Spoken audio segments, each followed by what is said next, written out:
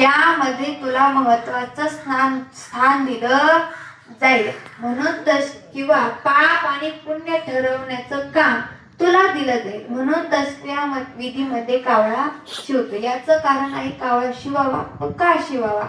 किंवा आणखीन एक उदाहरण सांगायचं झालं तर भगवान विष्णूकडे सर्व देवदेवता गेले आणि रावणाचं घराणं करत होते.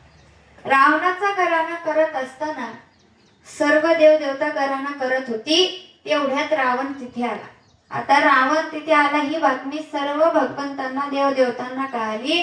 म्हणून सर्वांनी काही ना काही रूप धारण केलं आणि सर्व देवदेवता लपून बसले. परंतु त्या ठिकाणी यमदेवानी मात्र कावळ्याचं रूप घेतलं होतं. यमदेव कावळ्याचं रूप धारण करून लपून बसले. त्या ठिकाणी काही वेळाने रावण त्या ठिकाणावरून गेला. त्या ठिकाणावरून गेल्याच्या नंतर सर्व देवदेवता बाहेर निघाले आणि यमदेवानं कावळ्याचं रूप धारण केलं. म्हणून यमदेवानं कावळ्याला वरदान दिलं की हे जे काही विधी असतील, हे सर्व काही जे विधी आहेत, शास्त्राने सांगितलेले जे काही विधी आहेत, त्यामध्ये तुला सर्वात महत्वाचं स्थान मानलं जाईल. म्हणून कावळा शिवतो आणि म्हणून कावळा शिवावा असं त्याचं कारण आहे. असो या ओवीमध्ये माऊली ज्ञानोबा सांगतात की देहाची या गावालिया जन्म मृत्यूच्या सोहळिया ना म्हणू नये धनंजया जिया परी. आपण सर्वजण या देहाच्या गावामध्ये जन्माला आलो. परंतु पुढे काय होणार आहे तर जन्म मृत्यूच्या सोहळिया. जन्म आणि मृत्यू, प्रत्येक जीव जन्माला आला की प्रत्येक जीव मरणार आहे. परंतु तोपर्यंत काय करायचंय ना म्हणू नये धनंजया जिया परी.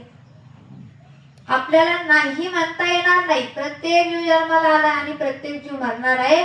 कारण माणसाच्या जीवनामध्ये 3 सोहळे ठरलेले असतात. पहिला सोहळा म्हणजे जन्माचा सोहळा. प्रत्येक जीव जन्माला येणार आहे. जन्माला हे यावंच लागतं म्हणून प्रत्येक जीव जन्माला येणार आहे. दुसरा सोहळा आहे तो म्हणजे विवाह सोहळा. तो सोहळा आपण चुकवू शकतो. परंतु तिसरा सोहळा आहे तो म्हणजे मरणाचा सोहळा. तो कुणीही चुकवू शकत नाही. प्रत्येक जीव जन्माला आलाय आणि प्रत्येक जीव मरणार आहे. का तर तो काळ आपली वाट बघत आहे. कसं तर घडोघडी काळ वाट याची पाहे अजून किती आहे अवकाश. तो काळ आपल्यावरती टपून बसलेला आहे. कधी याची वेळ येईल आणि कधी मी याला घेऊन जाईल. म्हणून कधी केव्हा कोण जाईल सांगता येणार नाही. परंतु प्रत्येक जो जाणार आहे. कारण तिसरा सोहळा जो आहे तो मरणाचा आहे. तो सोहळा आपण कुणीही चुकवू शकत नाही. मरण हे प्रत्येकाला आहे आणि मरावंही प्रत्येकाला लागतं.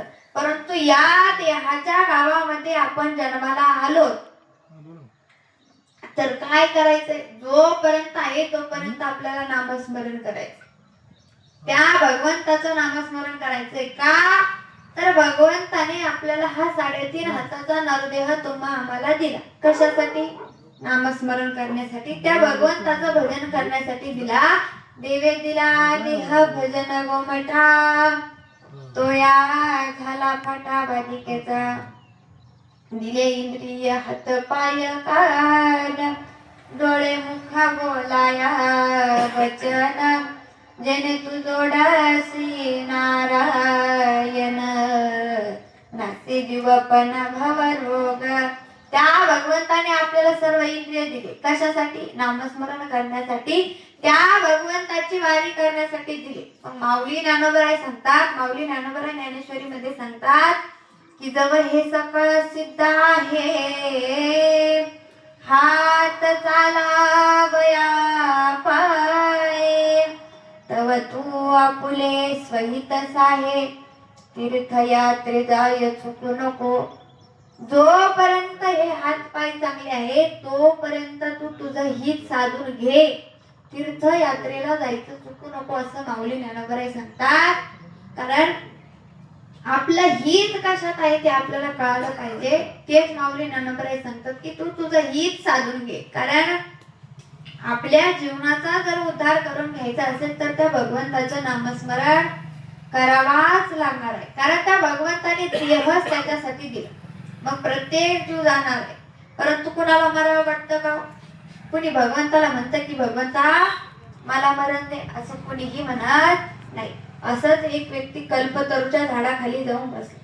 एक उसाची मोळी घेऊन गेलेला होता.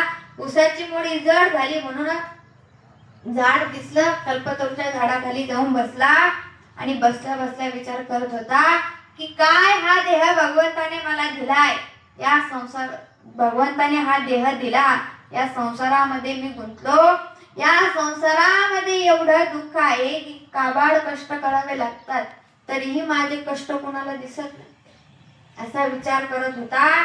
आणि विचार करता करता त्या कल्पतरूच्या झाडाखाली होता. कल्पतरूचं झाड असं आहे की त्या झाडाखाली बसल्याच्या नंतर आपण जी इच्छा मागू किंवा जे काही बोलू ती इच्छा पूर्ण होते. आता त्या झाडाखाली बसल्या बसल्या हा बोलत होता आणि पुन्हा पुढे बोलू लागला की भगवंता असा हा नरदेह तू मला दिलास, या नरदेहामध्ये जन्माला आल्याच्या नंतर मी काबाड कष्ट करतोय, परंतु भगवंता आता काही जगण्याची इच्छा राहिली नाही. भगवंताला आवाज देऊ लागला, भगवंता ये आणि मला घेऊन जा. आता असं म्हटल्यानंतर ते कल्पतरूचं झाड होतं, लगेच यमदेव आले. यमदेव आल्याच्या नंतर हा घाबरला, म्हणजे आपण कोण? त्यावेळेस यमदेवाने सांगितलं, अरे आताच तर तुम्हाला आवाज देत होता म्हणून तुला नेण्याकरता आलं.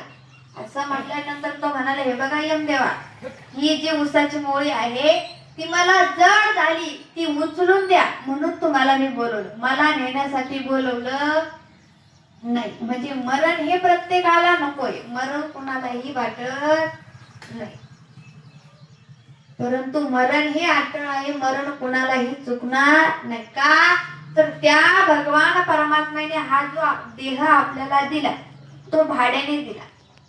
कसं? जर भगवान परमात्मा आले आणि त्यांनी जर सांगितलं की हा देह आता तुला सोडावा लागेल तर तो सोडावाच लागतो. का तर जिंदगी एक किराए का घर है, जिंदगी एक किराए का घर है, एक ना एक दिन बदलना पड़ेगा, मौत जब तुझको आवाज देगी, मौत जब तुझको आवाज देगी, घर से बाहर निकलना पड़ेगा, ऐसी हो जाएगी तेरी हालत, काम आएगी दौलत ना ताकत, वक्त ऐसा भी आएगा नादान, वक्त ऐसा भी आएगा नादान, तुझको कांटों पे चलना पड़ेगा, जिंदगी एक किराए का घर है, जिंदगी एक किराए का घर है, एक ना एक दिन बदलना पड़ेगा. हा